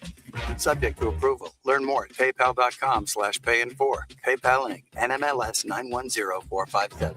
The world's largest sports book in Las Vegas is available right at your fingertips in Iowa. Trent Condon here for Circa Sports. The Circa Sports Iowa app is sports betting the way it should be. Bet anywhere in Iowa and experience high betting limits, tight money line splits, and exceptional customer service. Download your new bookie today. Visit circasports.com and start betting like a pro from anywhere in Iowa. If you or someone you know may have a problem with gambling, call 1-800-BETS-OFF. June 14th is National Bourbon Day, and at Jethro's Barbecue, we're keeping it classic. $3 old fashions all day long. That's right, handcrafted, smooth, and strong for just $3. Pair it with slow-smoked ribs, brisket, or your favorite barbecue fix. And with the smell of hickory in the air and a glass that never stays empty for long, it's the kind of day made for good friends, good bourbon, and big appetites. National Bourbon Day, June 14th, at any Jethro's Barbecue location. Drink up and dig in. Hey, it's Heather. Kick off the FIFA World Cup 26 with me and Michelob Ultra on Court Avenue this Friday at the World Cup Fan Zone with lots of Michelob Ultra giveaways. Michelob Ultra is the official beer of the FIFA World Cup. Join me on Court Avenue in the Fan Zone this Friday from 2 to 5. Power up your summer at Clyde Power Days, June 18th, 19th, and 20th. Get season best deals on Toro mowers. 15% off every Echo handheld in the showroom Friday. And grab free Clyde Power swag while it lasts. Enter daily door raffles to win power equipment. No purchase necessary. Clyde Power Days at Clyde Power Equipment, June 18th, 19th, and 20th. Power up your summer with season best deals. Clyde Power Equipment, right off the corner of 73rd and University in Clyde. Father's Day weekend. Be there. The sour cream dips from AE Dairy are iconic. French onion, toasted onion, ranch, French onion garlic, and the party dip. But there are now so many more dips to choose from. Introducing the new Hot Honey Sour Cream Dip. This is smooth, silky sour cream blended with golden honey and a hint of heat that creates a flavor that starts sweet and finishes with a kick. Don't see the new Honey Hot Sour Cream Dip in stores? Go to aedairy.com to find their products and get great recipes too. My mission is improving lives, whether it's my team or my clients. And with so much turbulence in the world, can we really put a price tag on peace of mind? Your old buddy Brian here from Service Legends. And in my world, here's what peace of mind looks like to improve your life. So I pulled the data on our top-notch tune-ups from last year. 98.2% of the systems we maintained are still running like clockwork. I truly believe that's what homeowners like you really want. No breakdowns and getting the absolute most life out of your system. True peace of mind. I have so much confidence in my home comfort heroes and the job they do for Service Legends clients that I'm putting this ironclad 1-year guarantee on the line this summer. In the outside chance your AC does have a challenge after one of our top-notch tune-ups, I'm not only going to refund the cost of your tune-up, I will fix it for free. Look, not all AC tune-ups are created equal, and clearly not all guarantees are either. Call 515-COMFORT. We fix it right. It's free. Service Legends. We all have someone we love, like the favorite lyric in our favorite song. You can't imagine life without them. So tell them today, I love you. Get screened. It could help save their life. Visit cancer.org/getscreened to learn more. KXNO AM Des Moines, KXNO FM Anthony, KKDM HD2 Des Moines. Listen on the free iHeartRadio app for all your music, sports talk, and podcasts. Miller and Condon on 106.3 KXNO is sponsored by TC Sports, LLC. I'm Dan Patrick, and this is Above the Noise. The NBA had a chance to add more fuel to an already heated finals. Instead, it chose not to. Following San Antonio's Game 3 victory, the league reviewed Victor Wembanyama's shove on Jalen Brunson and ultimately decided not to upgrade the play to a flagrant foul. Most Knicks fans won't agree with that decision. Context matters. If Wemby's flagrant was called in the moment, that's one thing. Having a potential effect on the series postgame is another. This series has the potential to go 7 games. You don't want the league's front office to help skew those results. The league likely understood that upgrading the foul would create discussion about officiating than the game itself, and maybe even open the door to somebody outside of the two teams affecting the series. Playoff basketball. The message was sent. A nice change of pace after what we've seen from the league as of late. I'm Dan Patrick, and this is Above the Noise. These days, everybody's searching for ways to save on insurance, scrolling comparison sites, digging through tips, chasing deals. But Liberty Mutual makes it simple. Liberty Mutual customizes your car and home insurance to save you money. And when you bundle, those savings really start to come through. It's insurance built for real people with a team that helps you keep what matters most, money. No hassle, just confidence that your coverage is customized with savings in mind. Get a quote at libertymutual.com or with your local independent agent. Meguiar's makes car care easy, but some jobs require a little more muscle. Headlight restoration, deep cleaning dirty carpets, maintaining all-weather mats, and caring for your leather. Now you have Meguiar's new Quick Solutions kits. They remove the guesswork with an all-in-one solution featuring a specialized drill attachment brush for faster, more powerful cleaning. Meguiar's Quick Solutions kit. Tackle that next car project with ease. Meguiar's, celebrating 125 years of car passion. Congratulations to KXNO on their silver anniversary and 25 years on the air in Iowa, being the home of sports talk radio. We're giving you a chance to experience everything Circa has to offer with a trip along with your favorite KXNO personalities. The next KXNO Silver Ticket Tour will bring you to Las Vegas and Circa for 4 days, 3 nights. Go to KXNO.com to sign up and have a chance to experience Circa with KXNO and the Iowa Sports Radio Network. And we hope to see you soon at Circa. Live from the TNT Landscaping and Nursery Studios, you're listening to 106.3 KXNO. 106.3 KXNO.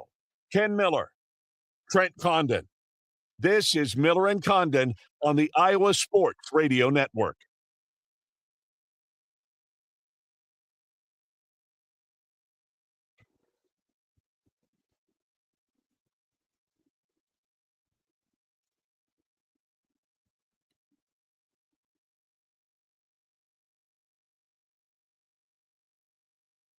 Hour number 2. Welcome back. Miller and Condon continues on the Iowa Sports Radio Network here until 2 o'clock.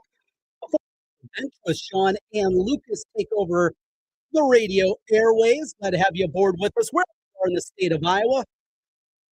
6.3 KXNO in Des Moines, along with Sioux City, Iowa City, Cedar Rapids, and the Quad Cities. A big thank you to the whole network, or anywhere on the iHeartRadio app. Well, weekly, David Kaplan joins us, ESPN 1000. You find him on the recap on YouTube after games finish up.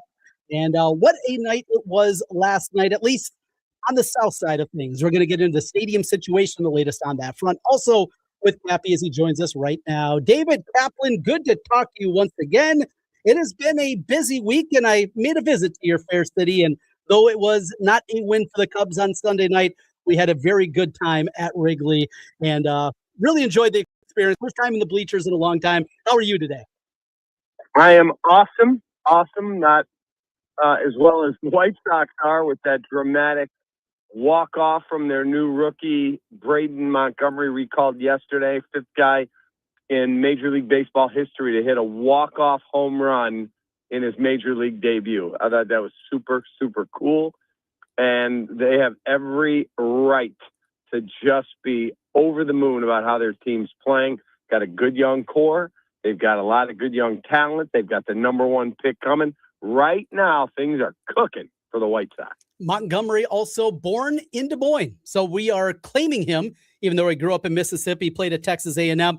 I saw a video from his mom on Twitter last night as she was behind home plate, a little bit up there in the stands, but she was back behind there and had video of him hitting that walk-off and the celebration with the family. So great to see. And she's a Hawkeye fan, which even raised her up a stake in my book too. So we got the Iowa connections, Cappy, and I don't know if you guys do that over in Illinois or Chicagoland with any kind of connection. Anything we can glob onto here in the state of Iowa, we're always going to take it.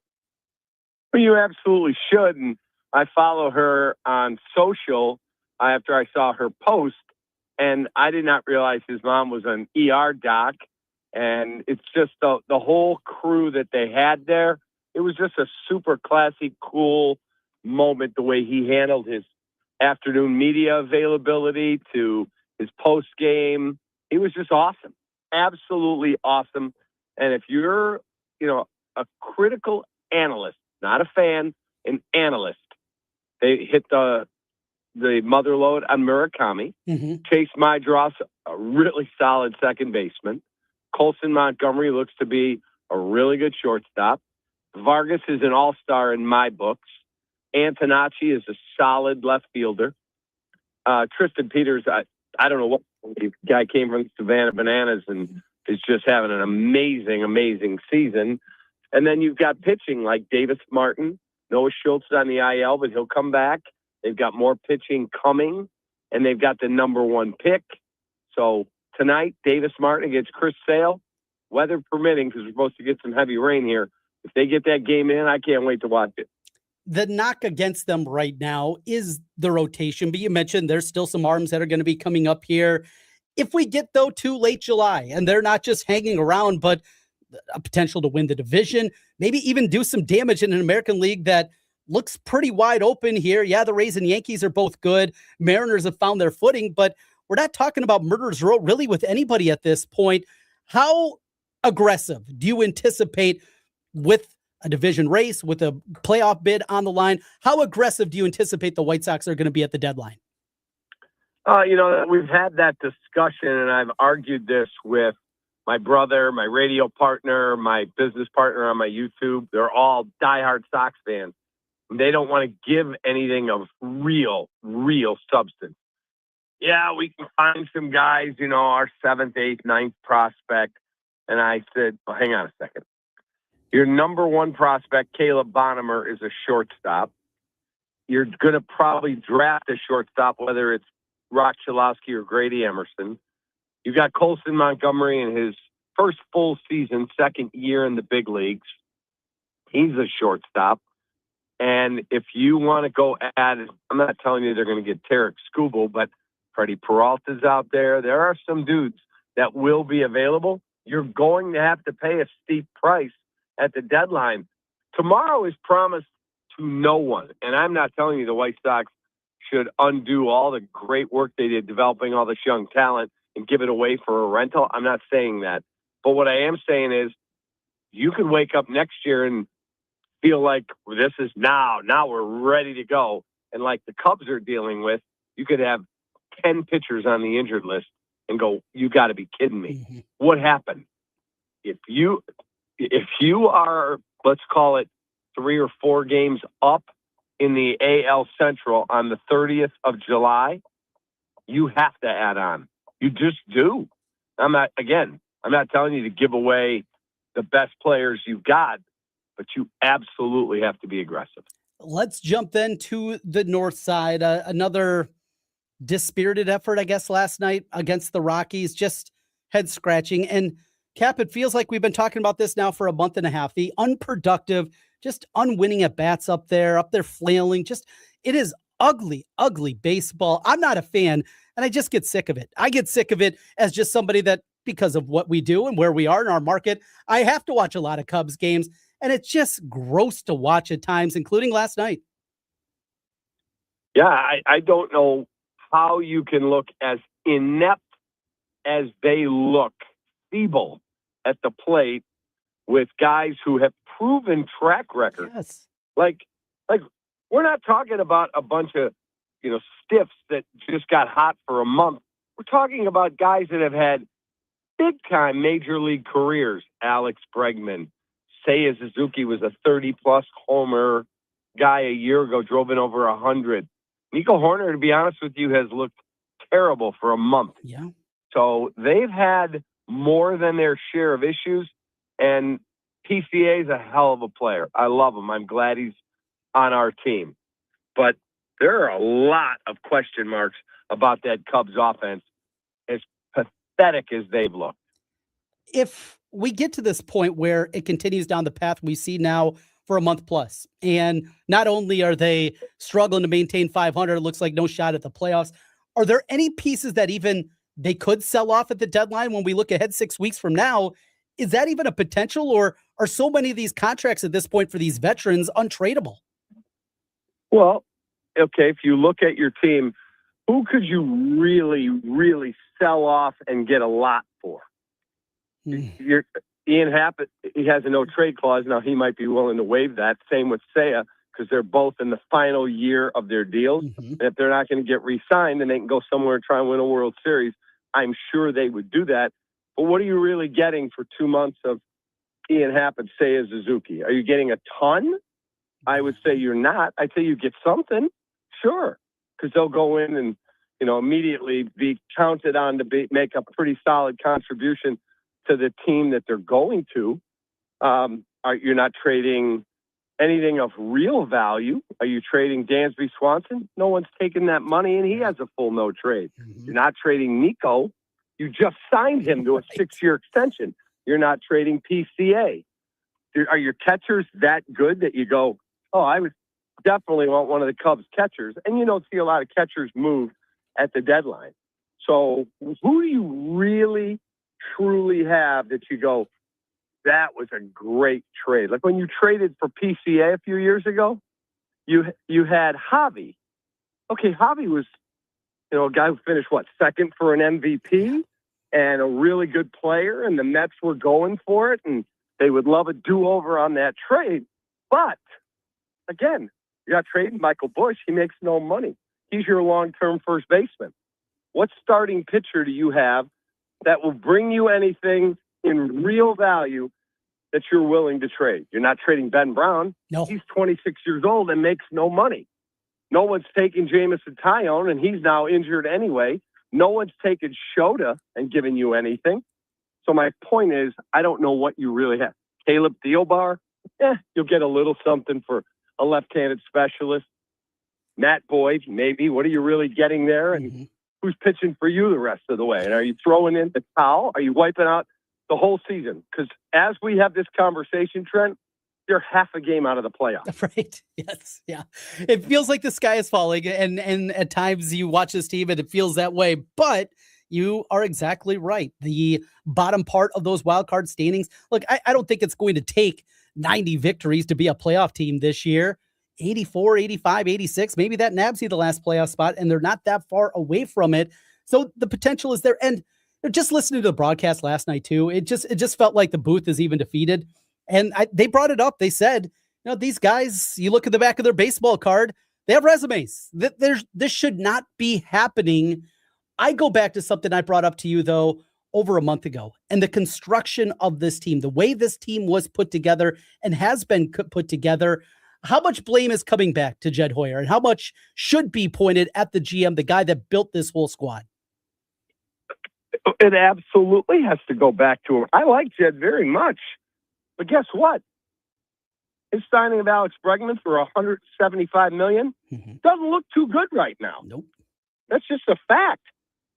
This is not me being a hater. I'm just telling you the truth that things don't look good. Now, do I expect they're going to look this awful the rest of the way?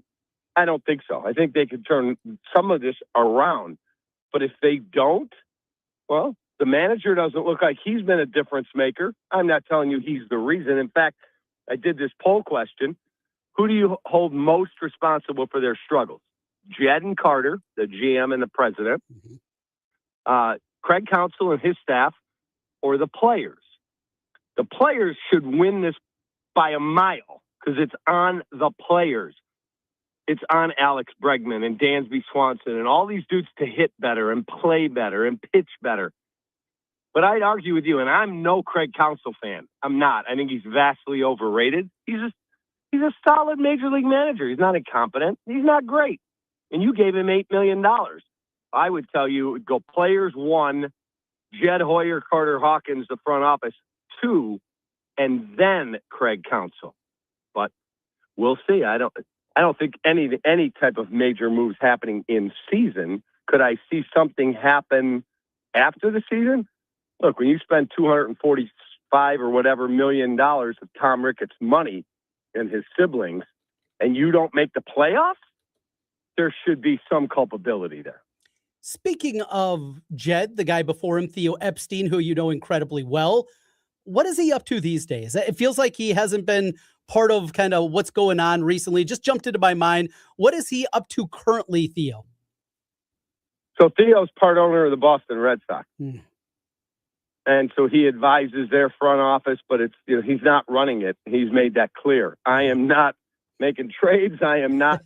They want guidance on business things. They want guidance on, philosophical. I'm there.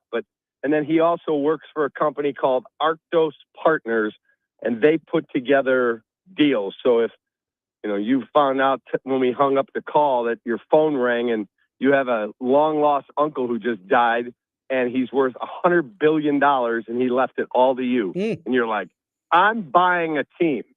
Arctos Partners is a company you would call and they would help you put the deal together. That sounds pretty good. I hope that happens. And a long lost uncle would be very, very good. And yes, you could connect me, right? Don't forget me. Absolutely not, Gappy. Absolutely not. One final thing on the Cubs. And I mentioned I was there Sunday night. We stayed in Airbnb directly across the street from right field. We got left and walked across the street into the stadium, which was just absolutely awesome. I told you, Cap, I haven't been there in so long. Haven't been there in the bleachers with my buddy in way too long. Don't take it for granted. Cubs fans that are out there, if you haven't been to Wrigley in a long time, it's such a jewel. We know it. We watch it on television. Yes, we're hours removed here in Iowa, so it is a little bit different. But boy, just going back once again, it is such a gem. You guys are just so lucky to have that ballpark and how special Wrigley Field really is. It's the greatest. That was my office for 25 seasons. I did their pre and post game show and covered that team top to bottom. And I don't miss going there every day anymore because I did it for so long and I love what I'm doing now. But for 25 years and to be with them when they won it in 2016, that's the highlight of my career. And it could never, ever get any bigger. They could win the next 10 World Series. And I could cover every one of them, and adding them together wouldn't equal what happened November 2nd of 2016 after 108 years. So, yeah, I love the Cubs, and right now I'm hate watching the Cubs because they really drive me nuts. Right there with you, and I'm not even a fan, but that is where we are. All right, David, let's jump over, and we want to get into the Bears Stadium situation because, as mentioned, I was there over the weekend talking to some of my buddies that live in Arlington Heights, some people that live in Chicago that were there. It feels like there is a big disconnect and a lot of misinformation out there about the way that this is going to play out. Some people think it's over. It's only going to be Hammond. No, that's not the case. So just fill us in on the details because, Cappy, it just feels like there's so much misinformation. I read one article, then I read another, and it feels like my mind's in a completely different spot. Where we sit right now, just a big overview of the Bears Stadium situation. I truly believe that they don't know where they're going to be because I don't believe they have the financial ability to build the stadium.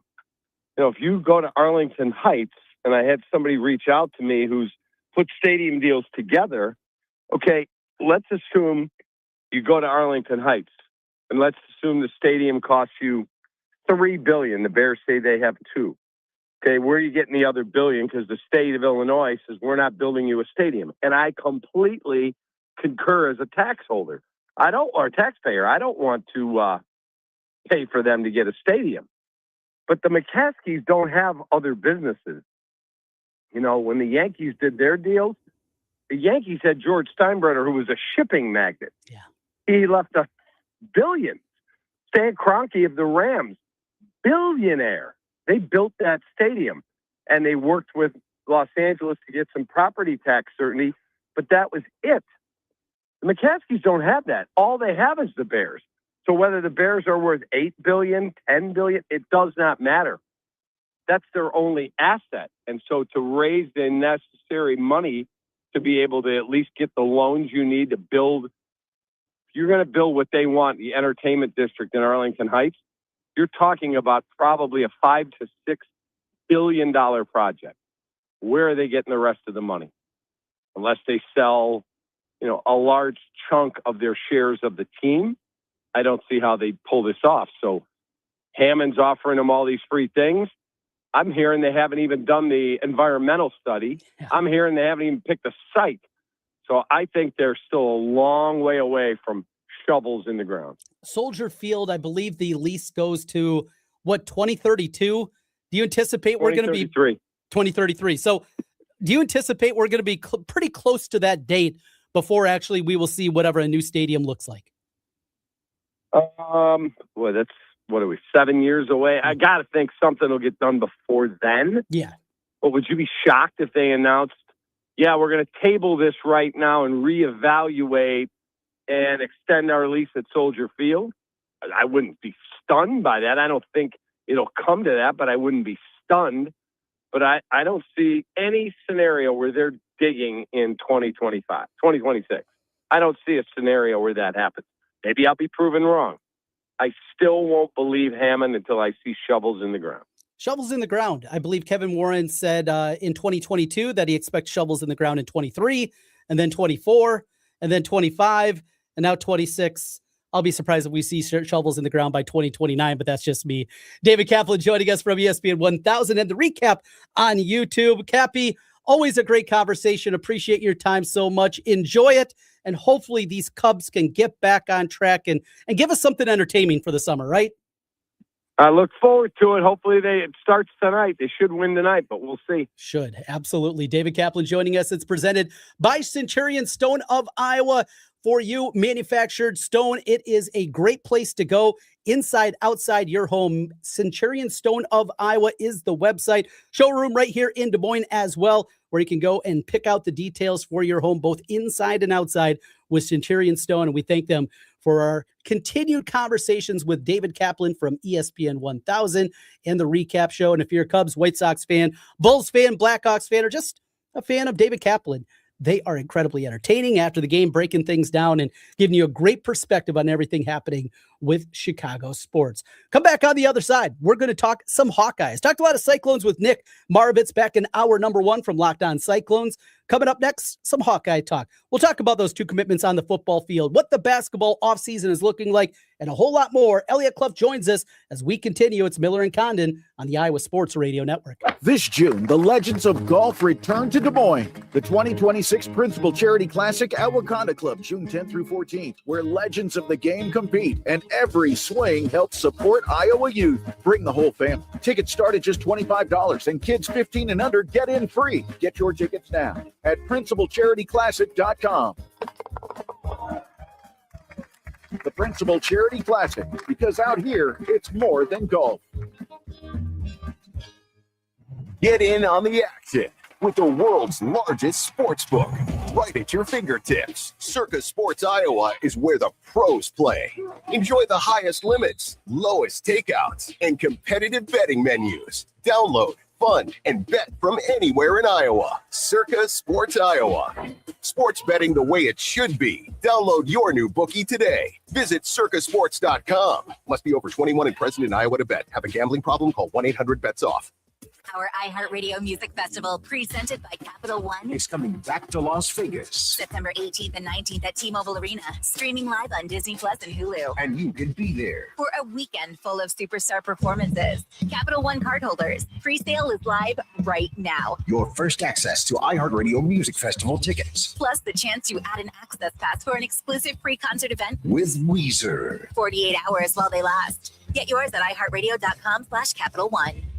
Power up your summer at Clyde Power Days, June 18th, 19th, and 20th. Get season best deals on Toro mowers. 15% off every Echo handheld in the showroom Friday. And grab free Clyde Power swag while it lasts. Enter daily door raffles to win power equipment. No purchase necessary. Clyde Power Days at Clyde Power Equipment, June 18th, 19th, and 20th. Power up your summer with season best deals. Clyde Power Equipment, right off the corner of 73rd and University in Clyde. Father's Day weekend. Be there. If you're thinking about upgrading your HVAC system, Green's Appliance Heating and Cooling is turning up the value. For a limited time, when you purchase a new qualifying HVAC system, you'll receive a free water heater included. That means improved comfort, better efficiency, and dependable hot water, all in one smart upgrade.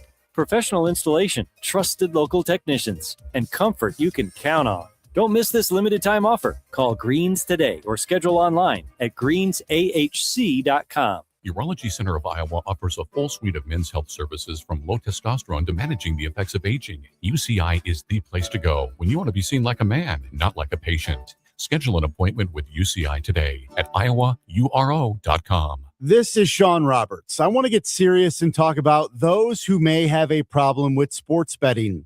You can spot them a mile away, right? Well, this may be a surprise. Anyone can have a problem. You, me, a friend, a neighbor, or people you admire, people you love. It doesn't matter who you are. What does matter is getting help. Contact 1-800-BETS-OFF. No judgment, just help.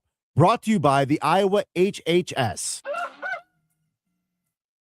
I think you all know by now that the Chicken Coop is one of my favorite places to go for a cold one and great food.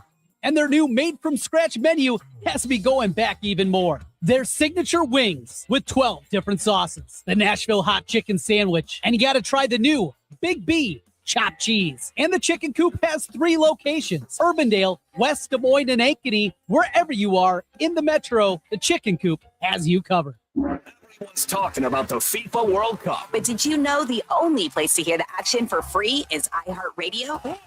iHeartRadio and Fox Sports are bringing you every match of FIFA World Cup 2026 Live. Every unforgettable moment. wherever you are. Lock in your preset now on the free iHeartRadio app. Just search World Cup. And don't miss the U.S. men's team's first match Friday at 9 p.m. Eastern. The world will be listening. How about you? Ken and Trent are back in 60 seconds right here on 106.3 KXNO. For adults with Crohn's disease or ulcerative colitis symptoms, every choice matters. Tremfya offers self-injection or intravenous infusion from the start.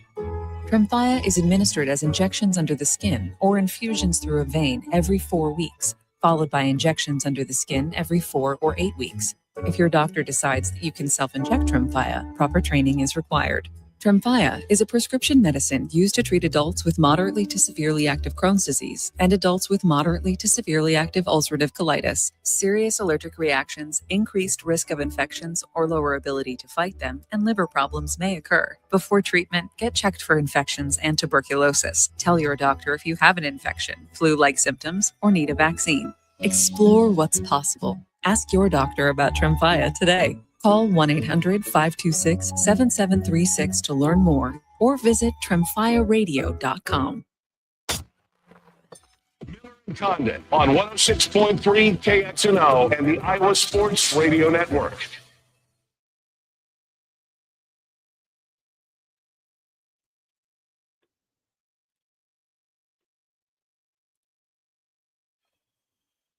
Welcome back. It's Miller and Condon on the Iowa Sports Radio Network. I'm playing something called John Bellion coming out of the break because Eliot Clough is going to the concert at Red Rocks as he joins us from Colorado. I don't think I know this one, Eliot. I think our age difference is showing up just a little bit here. Don't think this one's part of my rotation. How are you? I'm good, Trent. I was like, there's no way they're actually playing this right now, and it was an accident. So, but yeah, neither of my parents know who John Bellion is, but and even some of the people that are around my fiance's age didn't know who I was talking about either. So yeah, but that All-Time Low, that one was pretty popular for a while. So I bet you've heard it before. Yeah, I'll give you that. I know, and I kind of doing some different things. You know, we're moving around, getting the dials all in the right spot. So if I listened a little deeper, I'm sure I would, because I try to keep up a little bit. Now that I got youngsters, my daughter's starting to get into a little more pop music. Yeah, we're jumping back and forth, and we're doing okay. Well, Eliot, we did not bring you on to talk about music or Red Rocks, though that sounds incredible in its own right. Eliot Clough, we're here to talk about some Hawkeyes. So let's do that right now. And I want to start on football. Couple of commitments over the weekend. 2 guys that not highly regarded, not a bunch of big-time offers by any means. Barius Allen, a big guy, 6'5", 300 pounds, a defensive tackle from Dayton, Ohio, and Jonathan Harris out of Brother Rice in Chicago, a safety at 6'2", 175. And for me, who's much more casual as it comes to the recruiting side of things than other people out there, for me, it's very simple. If Phil Parker likes a safety, I'm going to take him. Kelvin Bell likes a defensive tackle. I'm fine with the 2. Most importantly, though, both of these guys were going through camp recently, right? These guys were just seen in person by the staff. they liked him enough in a limited recruiting class to offer both of them. That's good enough for me, but you dive a lot deeper into it. Tell us what you can about Allen and Harris. Yeah, we didn't even know these guys were going to be on campus for the official visit weekend until a source informed us as such when they arrived. So, this was something that myself and Sean didn't even know was happening until they got on campus. So Iowa did a pretty good job of keeping these guys quiet. Only Allen had a Power 4 offer from Boston College. Other than that, just Group of 5 and FCS for both of these guys, largely FCS for Harris. But when you look at Harris, that one is one that makes a lot of sense. He's a rangy free safety. He comes from a program that kind of churns out Power 4 talent in Brother Rice in Chicago. It's one of those Catholic League schools that just is elite when it comes to preparing kids for playing big-time college football. So he's a guy that I see as that free safety spot, can help in run support. Didn't put up a ton of stats in terms of interceptions or tackles for loss or anything like that. I think part of that is because of the talent around him, but also, when you're playing free safety, you're kind of that last line of defense. So not racking up a ton of stats, but he's a guy that I think could really pan out as a Phil Parker special, adding late to the class. I think he's a nice compliment to Jake Thies, who's also from the Chicago area, was already committed going into the weekend. But then you look at Allen. Iowa hasn't had, I don't think, a ton of success in terms of getting guys out of the high school ranks that are already close to 300 pounds like Allen is. He's a big boy, 6'5", 300 pounds. There's a couple of videos of him on Twitter dunking at that size, which is pretty impressive. You have that type of explosion. And the thing I'm really curious about with Allen is looking at his huddle. He put up some crazy numbers this last year, 20.5 tackles for loss. The competition didn't look great, believe it or not, the Dayton, Ohio area.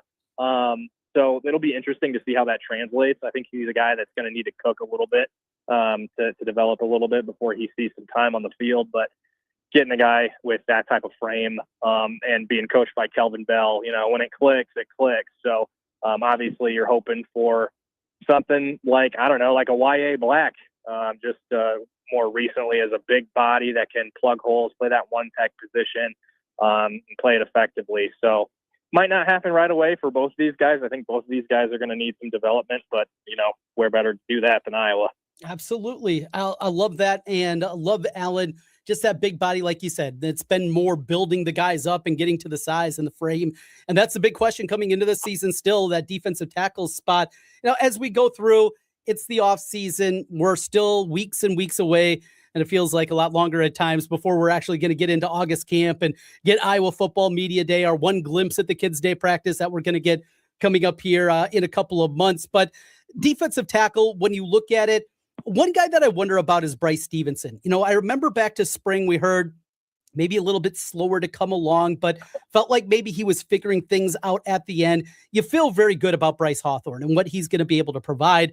You might have to provide it playing 90% of the snaps this year, but is Stevenson the guy that you look at? And if our concerns are calmed, he would be the reason that suddenly, all right, they're going to be okay at defensive tackle. Yeah, I would say so. And talking to a few people around the program, I know he had a bit of a rough start, probably just a little overwhelming. Moving from a program like Holy Cross to Iowa is not easily done unless you're a freak. And I'm not saying Bryce Stevenson doesn't have those type of capabilities, but it's also different when it comes to the strength and conditioning portion. I think getting that under his belt this summer, it's a shock to the system for a lot of these FCS guys.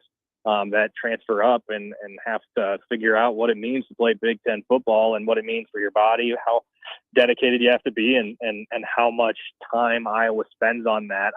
What was the one thing that Quinn Schulte would give us when he did speak to the media, which he didn't give us a lot when he spoke to us when he was at Iowa. But one thing that he said is he always wanted to take guys or take opposing teams into deep water, because that's where Iowa thrives. That's where they want to be. And that's where that strength and conditioning comes in. Like, who can really dig deeper when it matters most? And so I think that's where that factor comes in for a guy like Bryce Stevenson. I think getting that summer work under his belt before he goes into camp will be really beneficial for him, and getting reps in at fall camp and feeling out what it's like to play either alongside or just in the same rotation as a guy like Bryce Hawthorne, who, like you said, gonna have to play a lot of snaps. The best bet for them right now is the fact that they have a lot of bodies. Somebody's going to figure it out. Somebody's going to have to play some snaps. So might as well get as fit as possible. Couple other bigger recruits that were on campus, at least according to the rankings and the services and the offers for some guys. Couple of offensive linemen, Barrett Cottrell, who is a Nebraska legacy. I have that component. Kyler Kuhn from down the Kansas City area, a 4-star guy also. Take a look at some of the other guys that were visiting, guys that haven't made a commitment yet in timeline. You got a name that you think potentially could be close, and just what you're hearing on that front when it comes to recruiting and some of the bigger prospects from this last weekend. Yeah, I did drop a crystal ball this morning. I don't know if you saw that on 24/7 Sports on our board. Yeah, I did drop a crystal ball for one of the offensive linemen that was on campus. I'll give you that as a hint. People can go check out Hawkeye Insider. But, I see the link here. Okay. But a lot of guys that are going to be making decisions here soon with competition for Iowa in the Midwest. You look at Kyler Kuhn, who visited Missouri already, at Iowa last weekend, going to be in Nebraska this weekend. He's a guy that could garner quite a chunk of change in terms of recruiting. He's a top 250 recruit in the country, a guy that was offered by a ton of programs all over. Barrett Cottrell, you can't help but feel like, I guess, not confident, being that he's a Nebraska legacy, grew up 40 minutes from Lincoln, is recently said to our Nebraska side at 24/7 that he'd always dreamed of playing in his home state. So they can't feel great about that. Caleb Johnson, coming from Indiana, where, they just won the national championship. Michigan State really trying to get him. He has Missouri this coming weekend as well. So Iowa, I think, is in a good spot for all three. I could see all three ending up at Iowa, some other than or more than others. But then, you look down the line at some of the other guys that visited this weekend. I think Daryl Flemister is one that would make a lot of sense. Things can work out with Iowa. One of those guys that can play corner or safety, probably corner at Iowa, played quarterback in high school. One of those athletes. I mean, and Phil Parker loves those guys, right? Yeah. Plus, he's from Detroit and he's a defensive back, so that just makes a lot of sense. And then Keon Thomas visiting this weekend out of Indianapolis, Warren Central, a running back. He just visited Illinois this last weekend. You feel good if you're Iowa, the fact that he left Illinois uncommitted, that he's still coming to campus. He was one of two running backs that Jay Norvell offered. And man, Trent, I don't know if I'm assuming you've been able to watch Jay's his availability that he had, whatever it was, a few months ago this spring. Man, it's got to be hard to say no to that guy. Yeah. Like I just can't. It's tough for me to see a situation where a running back like a Keon Thomas, who has been able to talk to Norvell, get to know him, see what the running backs offer or the position offers at Iowa. Where, I mean, they're not going to be airing it out. Like, they got to run the ball. That's Iowa football right there. So Thomas is one that we're definitely watching this coming weekend. Obviously didn't make it last weekend with being at Illinois, but yeah, he's a name to know this weekend. He's the only official visitor that we're aware of, at least for right now. So that's one to watch. As we're getting a little deeper now, up to 12 commitments in this class. We've talked about this often. In terms of numbers here, we're getting kind of tight, at least on scholarships. Is it getting to that point now where Iowa may be pressuring these final two guys? Maybe pressuring is not the right word, but just letting them know, hey, there's not a whole lot of spots left on the bus. Yeah, I would say pushing is probably the right way to put it, because Iowa isn't one of those programs that's like, look, you can commit now before you leave campus or we're done. Like, that's not really how they operate. In college football, you kind of have to be at least a little bit that way, especially when you're going after guys that you want and that you want to keep away from other programs in the Big Ten. But yeah, I would say, well, crap or get off the pot. That's kind of how Iowa operates, if you will. Especially I've heard about George Barnett and his willingness to be patient to a point, right? Like, you've got to make your decision at some point. And if you're not making the decision on Iowa, then you don't really fit the culture and what they want. They want guys who are all in, not guys who, see Iowa as a backup plan. So, yeah, starting to push, I would say, and being in more contact, and that's one thing, about Barnett, about Kelvin Bell, is those guys are very honest. And I think that's the way to operate college football these days, when, you can't guarantee that from probably the majority of football coaches in college football. Eliot Clough joining us, HawkeyeInsider.com, part of 24/7 Sports. Eliot, let's jump over to a little basketball and start right here. We see the picture of the guys. We saw a couple of quick videos of them working out and getting ready as off-season practice continues for them, and seeing McKeever just running. And boy, he's so tall. The still picture, oh yeah, that guy is 7'3", and it changes things a whole lot. Back to where we had conversations back in the early spring when these guys made their commitment to Iowa. Year number one, where your expectations are for both Andrew McKeever and for Tyreek Coleman, the two newbies they got out of the portal. Yeah, I think we're looking at two guys who are probably going to start when we're talking about McKeever and Coleman. I think your backcourt is going to be a mixture of Coleman and Combs. I think last time I was on, we talked about who would be on the ball more. Mm-hmm. That's just something we're going to have to sit and wait and watch on, because Combs might very well take a leap that we weren't expecting, kind of like he did last year.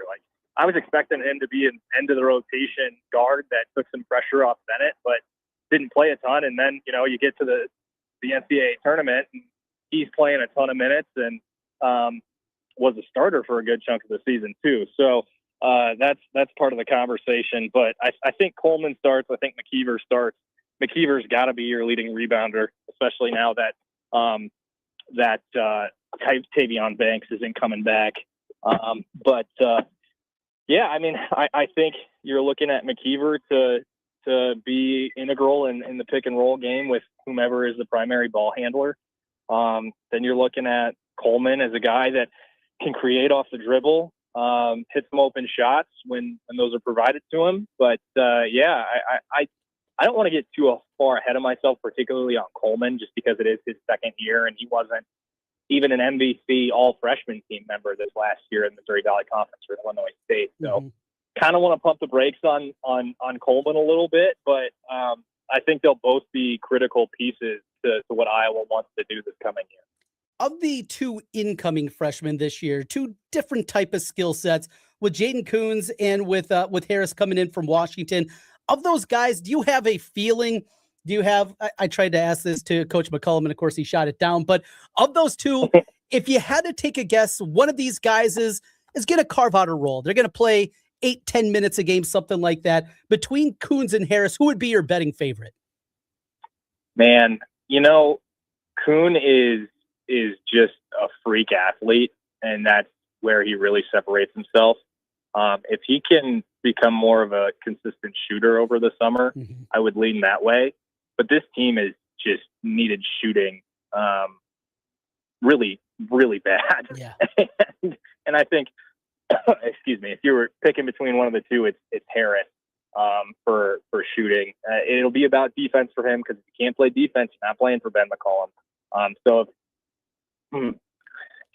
Because of the construction of the team as it currently is, if you're looking for a wing defender that might not be as consistent of a shooter as you'd like, you kind of have that in Isaiah Howard, right? So Ethan Harris fills that prototype, that archetype of a hybrid four, but so does Trey Thompson. So that'll be interesting to follow. I would lean right now probably more towards Harris, but then you think about defense and Jaden Coon's athleticism and his burst and explosiveness. I mean, it might be hard to keep him off the court if he really develops into an elite defender. Maybe not even elite, but pretty dang good defender for a freshman. So we'll see. But I mean, I guess what I'm saying is I could see it going either way.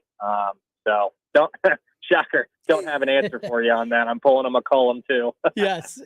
And this is kind of my working theory, and I'm trying to work through this. So we'll talk it through.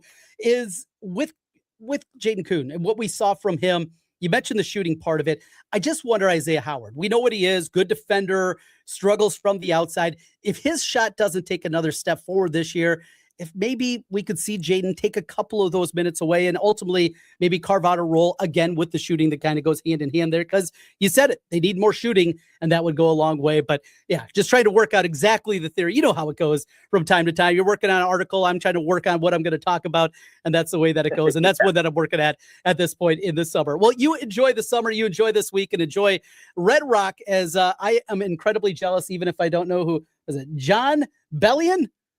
There you go. You got it. John Bellion. Well, enjoy the concert. We'll talk again soon, Eliot. Sounds good. Thanks, Trent. Eliot Clough joining us, HawkeyeInsider.com. Again, part of 24/7 Sports. Him, Sean Buck, David Eicholt, doing great work over there. Tons of content to get you through these long summer months before we get back to get into college athletics, though. Brendan Sorsby certainly changing the equation for all of us at this point in time and what we're talking about on the college scene. We come back on the other side. It is time for my picks of the day. Now, yesterday, I did not have a big slate for you. In fact, we only had 3 games. The good news, it was a winning day. We went 2-1. We added a unit to the ledger, so we will try to build on that. We're going to go a little deeper. We got baseball. We have a little bit of basketball as well, maybe even a little WNBA. Well, that is basketball on the women's basketball side, but it is game 4 of the NBA Finals. Got a couple of picks on that front, including what I believe we're going to see tonight in the game. My picks of the day, each and every day, are presented by Circa Sports. That's next. It's Miller and Condon on the Iowa Sports Radio Network. Iowa business owners have put their trust in Carl Chevrolet since 1978. It's a trust built on relationships and a promise to provide customer-first ownership. Our business elite professionals will help you find the right Chevrolet, GMC, or Ram commercial vehicle. And our fleet management program will help increase vehicle uptime, lower cost per mile, and reduce operating expenses. When it comes to service and repairs, your business has a choice. Choose the experts at Carl Chevrolet. With dealerships located in Ankeny, Stewart, Webster City, and Marshalltown, we make fleet maintenance easy. Together, let's drive. It's your journey, our promise. That's why we're here. View our complete fleet and work truck inventory at carlchevrolet.com. Your dealer for life, it's the Carl way. In Des Moines, Chase is proud to root for the home team because they're our team too. We cheer from the bleachers and on the sidelines. We cheer for gymnasts and quarterbacks. And with over 5,000 Chase branches nationwide, we're right beside you, Des Moines. Neighborhood bankers, digital tools, national strength. Chase, make more of what's yours. JP Morgan Chase Bank, N.A. member FDIC. We all have someone we love, like the favorite lyric in our favorite song. You can't imagine life without them. So tell them today, I love you. Get screened. It could help save their life. Visit cancer.org/getscreened to learn more. Get in on the action with the world's largest sports book, right at your fingertips. Circa Sports Iowa is where the pros play. Enjoy the highest limits, lowest takeouts, and competitive betting menus. Download, fund, and bet from anywhere in Iowa. Circa Sports Iowa. Sports betting the way it should be. Download your new bookie today. Visit circasports.com. Must be over 21 and present in Iowa to bet. Have a gambling problem? Call 1-800-BETS-OFF. Golden Rule Plumbing, Heating, Cooling, and Electrical, we are your trusted partner in all electrical needs. Did you know as a $99 Gold Club member, we always come to your home for free? Whether it's an emergency or you just want to have a conversation, we always come out for free. Wish you had dimmer switches, more outlets, can lights, or ceiling fans? The $99 Gold Club membership. Go to goldenrollphc.com. We obey the rules to live by. Golden Rule, plumbing, heating, and cooling. You've heard me rave about Kitchen Refresh. They updated our kitchen in just a few days for a fraction of the cost of the custom cabinets that I was pricing out with no demo. That's why Kitchen Refresh has installed over 500 kitchens. You can still use your space while they work. You don't even have to empty cabinets. Your kitchen, bath, bar, or laundry room will get a completely new look with lightning fast speed without sacrificing quality. Go to kitchenrefreshiowa.com for your free in-home consultation. Tell them Heather said they could help. This July 4th, come celebrate at America's Block Party, hosted by America 250. America's Block Party is a can't-miss 4th of July concert happening at the Los Angeles Memorial Coliseum. Experience music performances from major artists, patriotic tributes, and the kickoff to Giving Fourth, helping to make July 4th the largest day of giving in American history. It's more than just fireworks. Learn more about this landmark celebration at america250.org. Hey, it's Heather. Kick off the FIFA World Cup 26 with me and Michelob Ultra on Court Avenue this Friday at the World Cup Fan Zone with lots of Michelob Ultra giveaways. Michelob Ultra is the official beer of the FIFA World Cup. Join me on Court Avenue in the Fan Zone this Friday from 2 to 5. You're listening to Miller and Condon. Off the bench with Sean Roberts and Lucas Strain is on deck here on 106.3 KXNO and the Iowa Sports Radio Network.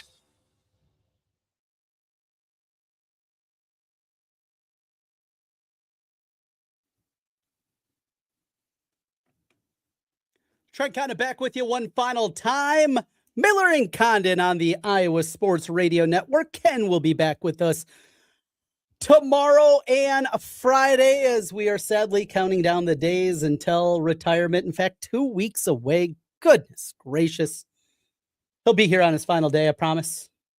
Well, maybe I shouldn't promise for him, but it is Ken, by the way. 2 weeks until retirement for Ken Miller. 30 years on the air. Incredibly sad about that one, no doubt about it. Well, we are time now for our picks of the day. One quick note. I got to mention this one as I saw today that it is the birthday of Johnny Orr. Johnny Orr, who passed away back in 2013, and just a guy that certainly changed my perception of Iowa State athletics in the 80s and the way that I looked at things and what he did with that basketball program, the great storyteller that he was, playing in the NBA with the Waterloo team. Yes, Waterloo had a basketball team in the NBA. It was a different time. And of course, leaving Michigan to go to Iowa State and the way that went out, and the way the story goes, I absolutely love the way it was relayed to me that somebody from Iowa State called and kind of asking and picking his brain. There was some kind of connection, I think, to the athletic director at the time, and was asking about Bill Frieder. And then all of a sudden, when Johnny Orr found out what they were paying, he said, well, you don't have to go to my assistant. You can pay me. That's how he made his way to Ames. Another finalist for that Iowa State job at that time, Mike Krzyzewski. Yes, Mike Krzyzewski. What is it? John Feinstein. His book, March to Madness, I think is what it is. Read it years and years ago. Had that little anecdote in there. That's a fun off-season topic, isn't it? Maybe we'll file that one away for another day. All right, let's get into it. My picks of the day presented by Circa Sports. 2-1 yesterday, but we are a lot deeper into the menu today. I am going to jump aboard with the Knicks, try to hit this one once again. We've been able to hit the first couple of games of this series and trying to jump on the right front on that one. We will grab the Knicks and lay the 2. What other play in that one? Give me OG Anunoby over 16.5 points. I think you're going to see a good game for him. Over 2 baseball. Give me the Dodgers. I'll lay the big price minus 188 with Ohtani on the bump for the boys in blue this evening. I'm going to go with Jesus Luzardo over 5.5 strikeouts for the Phillies tonight against the Blue Jays. Take the Cardinals in the plus money against the crappy Mets, plus 116 on that front.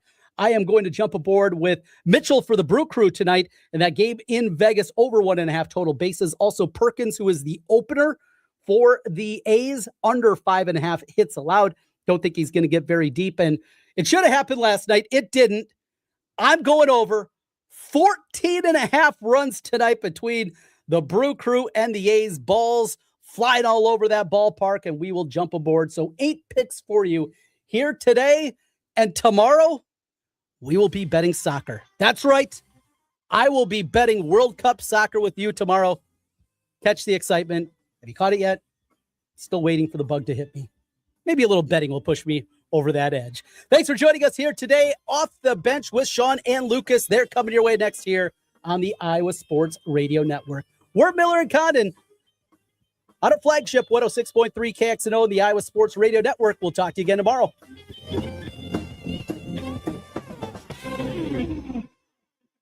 Iowa, it's time for us to learn the facts about drinking alcohol and increased cancer risk.